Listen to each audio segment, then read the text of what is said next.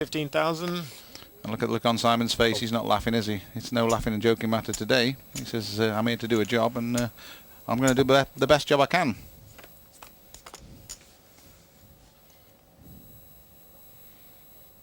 Pair of kings for Simon Noab, and he checks. Yep, he's got kings and eights. There's 2 8s on the flop. King in his hand as well, so 2 8s. King in his hand, kings and eights, and the 9 kicker.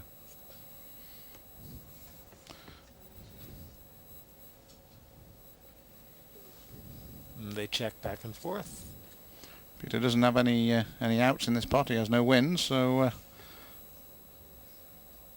he'll have to make a play at it if he wants to.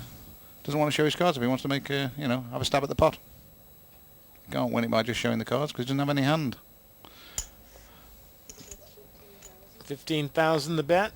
It's representing a heart to Simon here because there's 4 hearts on the board. So obviously, if he had a heart in his hand, he would have a flush. That's what he's saying. I had one on the last hand. Do I have one on this hand?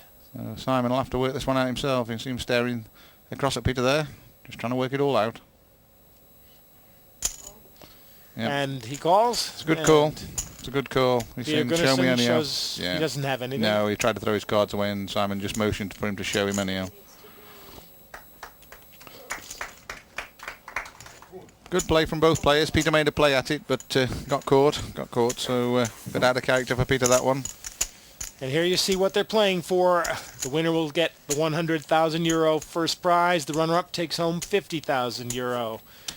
20,000 for the losers in the semifinal. Dave Kolkloff and John Faulkner. And remember, each player, there were 128 players in this tournament. Each one put up €2,000 as an entry fee. Yep, nice prize money, and it's not only the prize money, it's also the title and the trophy that go with it, which is quite a prestigious event. Suited Jack 10 for Peter. Sorry, for Simon. 9-7 suited for Peter. Simon calls, Peter checks. Peter to act first. Simon's on the button, Peter's out in the big blind, so it'll be Peter to act first on the flop. 3-5 king, 1 heart, 1 diamond, 1 club. Yep, no help for either hand just at the moment. It's a turn. Pair of 5s now on the board. So there's 2 diamonds, and Simon holds 2 diamonds with a 10 jack. Both players check. There's the river. And he's hit the flush.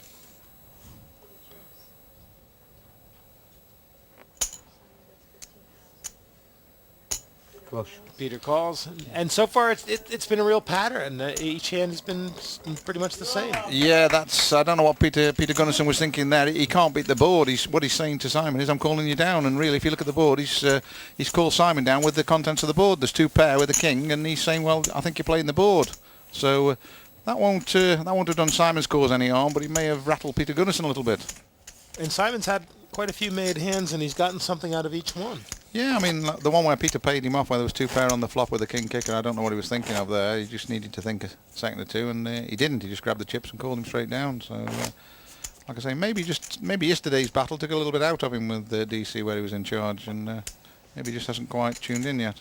And of course, there's the added pressure of playing for the championship, for the title, the name, the trophy, the prestige. And the money. And the money. Don't forget the money.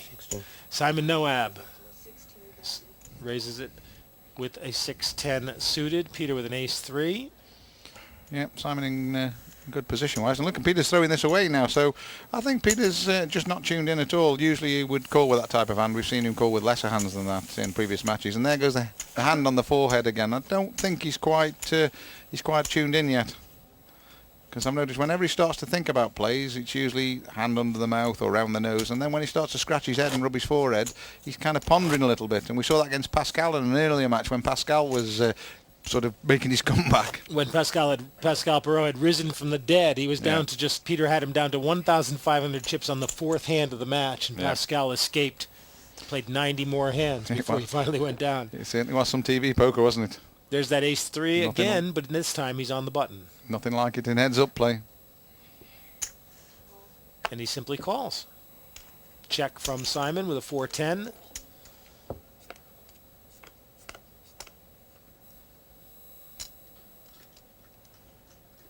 And And Simon's paired the 10, Peter's paired the 3.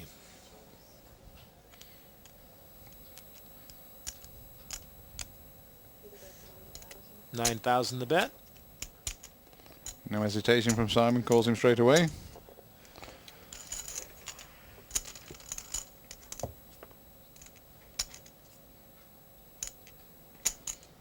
That's an interesting card. That makes Simon 2 pairs, 10s and 4s. Seeing a lot of these. Yeah, the cards are running towards him a little bit at the moment, but we'll see.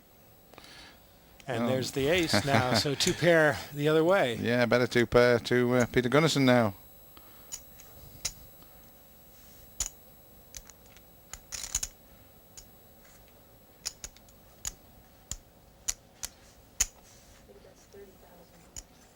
$30,000 the bet. Simon pondering it all through, thinking, well, what's he actually hit here? I mean, sitting in the commentary box, we know it's 2 pairs, aces and 3s, but Simon's trying to work out if he's representing something. Or is he thinking he may have just picked up the ace and has one pair? Well, he might be thinking that he was calling on a flush draw and now picked up the ace in the flush draw, which obviously he hasn't. But we'll see. We'll see. See if he can work it out.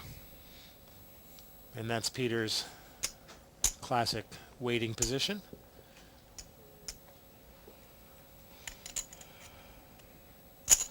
Simon calls.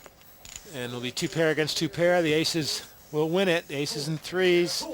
Come on, Simon, do for Bangladesh.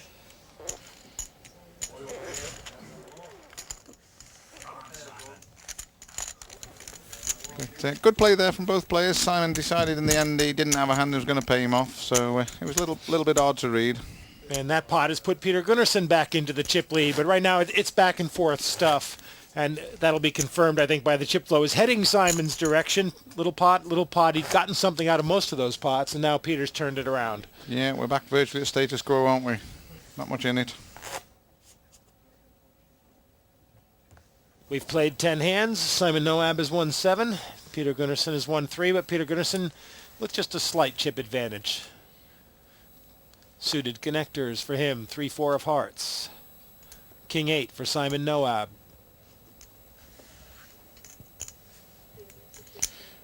And Peter makes it 15,000. Simon calls. Yeah, and notice he was throwing ace-3s away a few hands ago. Now he's raising with 3-4. So he's tuning into the game and he's picking up a bit of confidence now, isn't he, Peter Gunnarsson? And Simon's picking up a bit of king here. Yeah, it's King of Diamonds on the flop and the King of Hearts is sitting in his hand. So not a bad flop for Simon, but not a real good flop for Peter. But Peter says, oh, well, you've checked. I'm going to bet it anyhow. Or does he? Yes, he does. 25,000 he bets it. And Simon Yes. re-raising now. No, Simon's raising. Simon's just raising him. Peter's bet. Simon's raising him. 80,000. And Peter folds. Yeah. And You can hear the audience's appreciation of that move. my eardrum just burst. Yes, yes.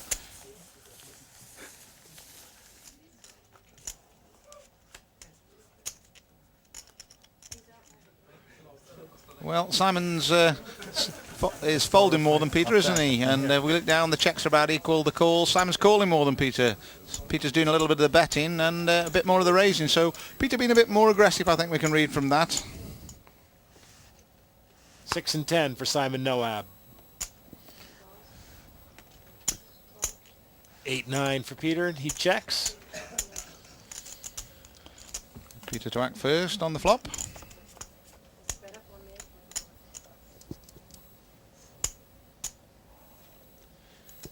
And 3, 8, Jack. Pair of 8s for Peter Gunnarsson. Simon bets 13,000.